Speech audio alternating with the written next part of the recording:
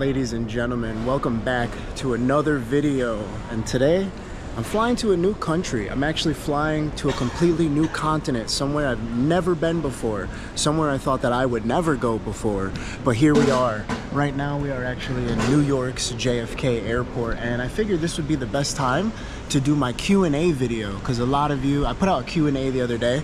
I asked some of you to ask me questions, give me an ideas for future videos or any questions that you want answered. So I got a list of questions right here from all of you, so let's get into it. The first question from actually a subscriber says, what keeps you motivated to travel these countries alone? That's a very good question. What keeps me motivated to travel these countries alone? Well, to be completely honest with you, it's all about just me getting outside of my comfort zone. For most of you that don't know me personally, it took me about 2 years to actually leave my house. And the first trip that I did by myself was I took a train to Washington, D.C. and I stayed in a hostel overnight just to get the feel of what it was like to travel, outside of my comfort zone, somewhere else that I'm not familiar with. It was an okay experience. I'd say it was okay just because it wasn't as exciting as traveling to another country, because I know America, I know DC, but it was something to give me a little taste of what I was, gonna be enduring on my trips. So also, in addition to that, I think what keeps me motivated is being able to see new places. I'm a big history buff. I love culture, so growing up watching Al Jazeera, BBC, these documentary, companies, I would always think, wow, I wish I could travel to a place like that and see culture like that. And then I don't know if I just said this, but sharing it with all of you, sharing it with people who, like I just said, know me from my past and they know how far I've come. So I think that's what keeps me motivated the most, is definitely seeing new things and sharing my experiences with everyone else. Next question we have here is, this is the biggest question that all YouTubers get. How do you afford to travel? I'd love to do the same. Well, that's a very good question. I would say that, well, through that time when the world was, locked down, that's when I was working all day. Working, just saving. And I made sure what I did was I got rid of, I'm going to give you the long answer, short form. I got rid of most of my debt when I was working. So what I would do though is I kept my bills very low. And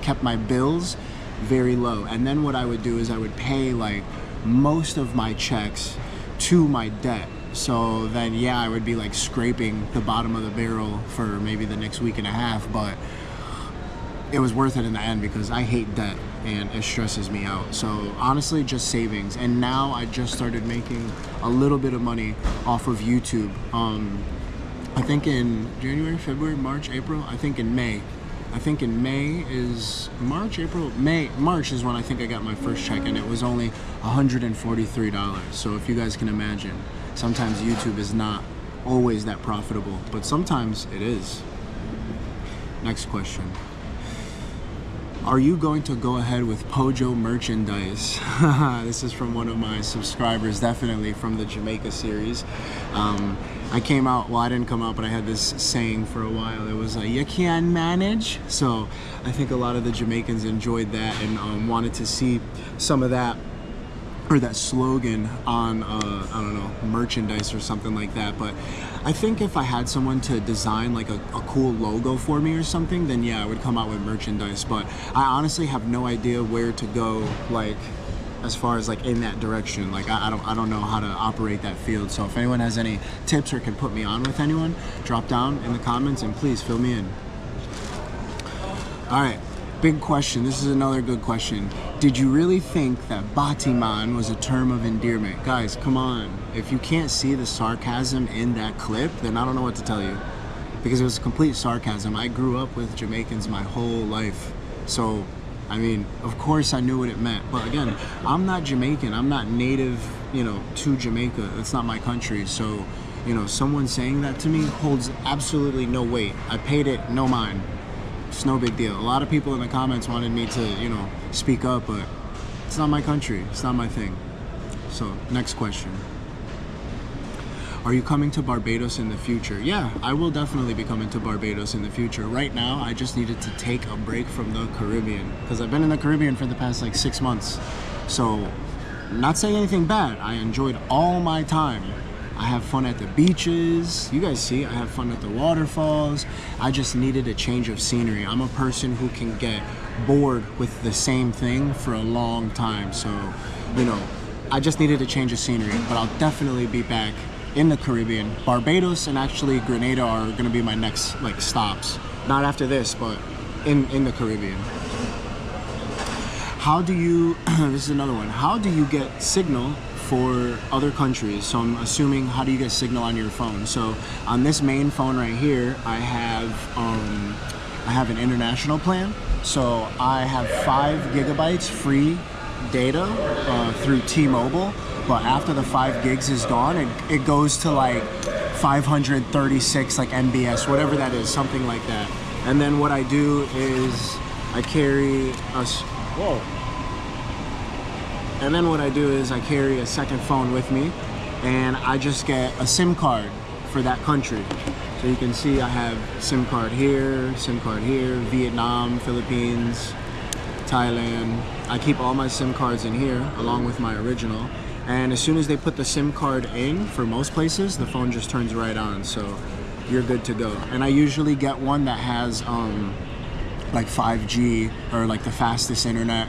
Because what I do, you guys, is I'll use my second phone for hotspot, and I use my main phone to like take it off the hotspot, you know what I mean? So, because my main phone has better like picture quality and video quality and things like that. So, what's your biggest fear? This is a good question. What's my biggest fear?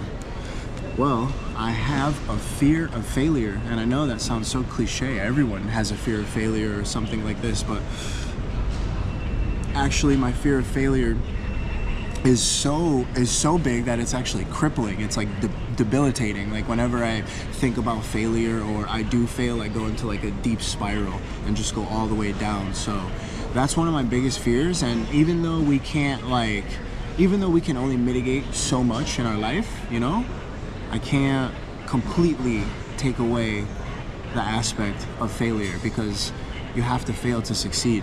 Otherwise, you know, how would you get to success? So my biggest fear is failure. All right, next question. Here we go. What's your biggest fear going to areas in countries that are supposedly crime-ridden? So that's a good question. Actually, I'll tell you what. This is very interesting. When I first took a trip to the Philippines, I said, I'm gonna go to the most dangerous part of the Philippines.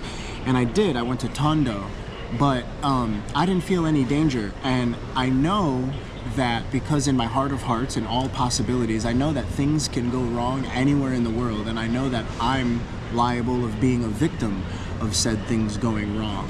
But it's weird, like when you're a traveler, unless you go to countries like Afghanistan or like, I don't know, somewhere in Africa where you know it's like really popping, when you come to some of these places, when you go to some of these places that are so-called dangerous, you have no real fear because you have no real idea of what the area is, as opposed to like people living in LA or Boston or Miami. They know like, yo, I'm not going over there because I know that side's dangerous. But when I go to like a different country, I know it's dangerous, but I haven't been there to see what actually goes on, as far as like, as opposed to the locals who tell me, oh, yo, it's dangerous. But when I go in, my experience is much different. It could be because I'm a foreigner. It could be just maybe that day was an off day or something like that, you know what I mean? But for the most part, I don't really have a fear in crime-ridden areas. There was one time in the Philippines when I was like, all right, I should probably get up out of here. And that video is actually posted in my Philippines series. It was my last day in the Philippines. So, why are you traveling for a year? I seen some of your videos on YouTube today. It just popped up. Well, thank you for that question, DKNY74. Why am I traveling for a year? Well, I hope to travel longer than a year. I just figured I picked a year at first because not many people in America take like gap years, you know what I mean? Like people from Europe like all the time are getting holidays. Some kids in college after here after college here in America. They take their gap year and, you know, they go travel and do their thing. But for me, I was just like sick of my job, and I just was like, yo, like I want to try something new. I want to try YouTube. I see all these, you know, YouTubers, you know, traveling, doing this, so I figured I could do it too. And usually when I start something, it's for the long run. It's never usually for a couple weeks or a couple months. So what sparked the idea of backpacking around the globe? Well, I'll tell you, I was watching another YouTuber, a fellow friend that I now know, content creator called Black Man to Traveler. We linked up in the Philippines, and I seen this guy going to crazy places that not many other people have been going to. And when I saw him go to like Afghanistan and Pakistan and stuff, I was like, yo, like, this is crazy. I said, in my mind, I thought that when you travel, I thought like, yo, you gotta have, no, you don't have to have a guide, but like you're following a set route. Never in my mind did it occur to me that I could travel like a local, like I could just be a local in a country. Like never in my mind did that occur to me. Never in my mind. And then once I started doing it, I'm like, yo, I like this. I like this. I've visited so many places that are touristy places, but I like the off-beaten path, man. It's so much better. I'm telling you, when you guys travel, see the touristy things, mark it off your bucket list, but also get off the off-beaten path. Go see the locals. Go chill with the locals. See what local life is like. I'm telling you, you'll have the time of your life. What's the best, all right, my friend Jerry, what's the best part of traveling for you and the least part? So my least favorite part is leaving my home, leaving everyone that I have at home, my animals. I love my animals. And I would say my favorite, the best part is, I'd say the journey to get there, and then like your first day trying to figure everything out. And then it's like Jamaica, like trying to figure out trying to figure out the taxi system. And then when you figure it out, you feel like a boss. Like you feel like you could like maneuver around the whole country. You know what I mean?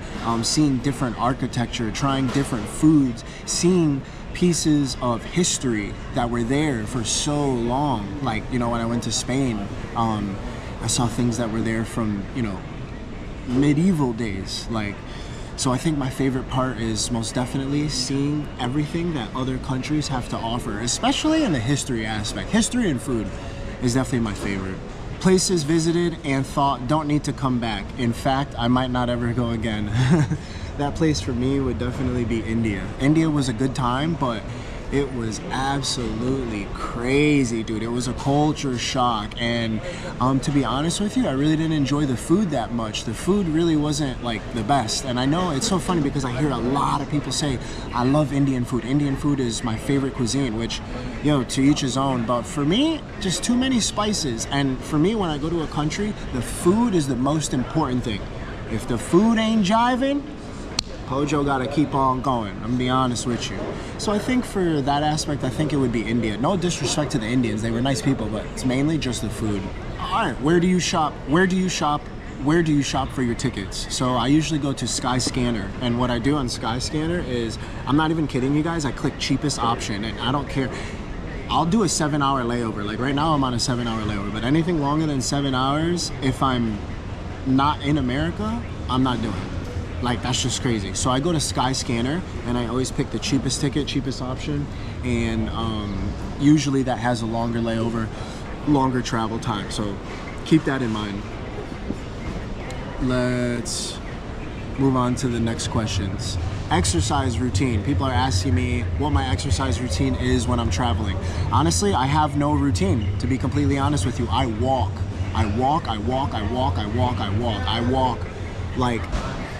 miles, yo. What I want to do is I want to do push-ups. I would like to do pull-ups, sit-ups, and things like that. But every time I say that, I always get in my room, and it just never happens. So I think where I'm going now, I think I'll be able to find a gym, and I think we'll be in the gym more often on this trip for sure, definitely. Longest vacation, shortest trip. So I'd say my longest vacation was in Spain. I went to Spain last June, stayed for the whole month. My longest trip so far has been like a month, and my shortest trip so far has been, honestly, I think Guyana, only a couple days.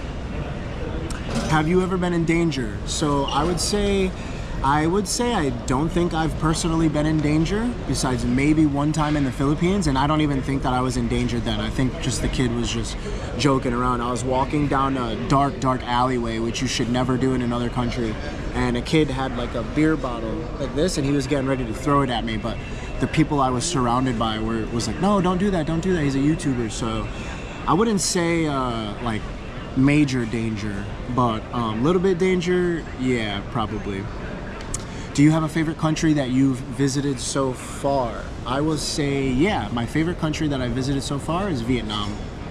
Vietnam, hands down, beautiful, buses running everywhere. It's the cheapest country in Asia. You can literally get a hostel bed or even a cheap hotel room for $10 a night. So, I mean, that's literally nothing. I explored the whole country, north to south, and absolutely amazing. That's a country that I would go back to and I would definitely visit again. Last question. Do you feel pressure to keep up with friends you've made while traveling? No, I don't feel pressure to keep up with the friends that I've made while traveling, because in today's day and age, you kind of just do that like subconsciously, like through Facebook, through Instagram, things like that. You'll message people and say, hey, can you give me information on this area, or I'm going here, do you have anyone there? And then we always just chit chat, talk back and forth, liking each other's pictures. In today's day and age, if you don't have like a falling out before you like stop talking and you just like each other's pictures or videos or something, that's always like good enough confirmation to be like, oh, kept in touch, sort of, in a way.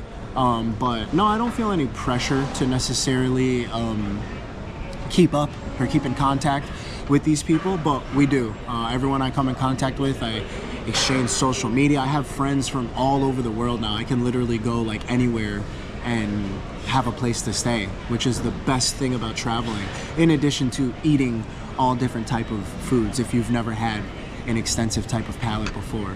But yeah, that's one of my favorite things that I enjoy.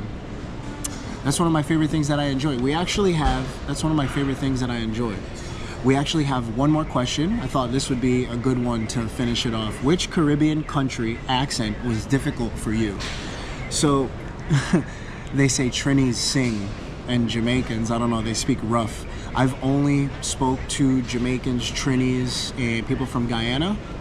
I would say people from Guyana had a Caribbean accent, but I can understand them for the most part. Trinidad, I can understand their accent as well. It's only when this collective group, these people that speak this Caribbean accent, it's only when they speak fast is when I'm like, yo, you gotta slow it down so I can hear the word. I can hear it articulate, you know what I mean? So that way I know exactly what you're saying. But for the most part, I wouldn't say I know like 100%, patois or Creole or anything, but for the most part, when people are speaking, I can understand. But to give an answer to that, I think I can understand. I think I can just hear the Trini accent more clearly, because I feel like they like pronounce their words more clearly. That's just what I feel like. Obviously, feel free to tear me up in the comments, as I know you will. No favoritism, Pojo ain't showing no favoritism, just, answering the question that was here. So that's about it. Thank you guys for the Q&A. Thank you for all the questions. We're heading to a new country. I am excited. I'm very, very excited. And I'll be back in the Caribbean soon. I just needed to change of pace. We're taking it one day at a time. I'm enjoying my life right now. I thank you guys so much for supporting the channel. Tell a friend to tell a friend. Please, please, please, please, please.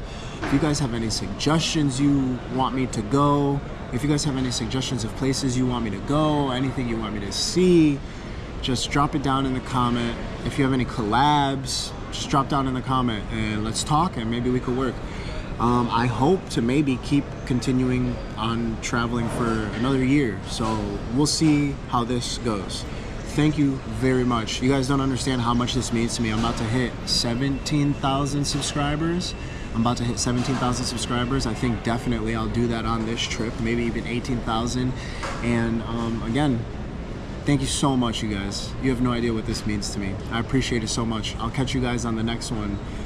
here in a couple days. I'll upload the next video here in a couple days. Right now I'm at the airport, so this is uploaded in real time. So Guyana videos are done. It's the last video you get until we get to our new country. I'll see you guys there. Peace.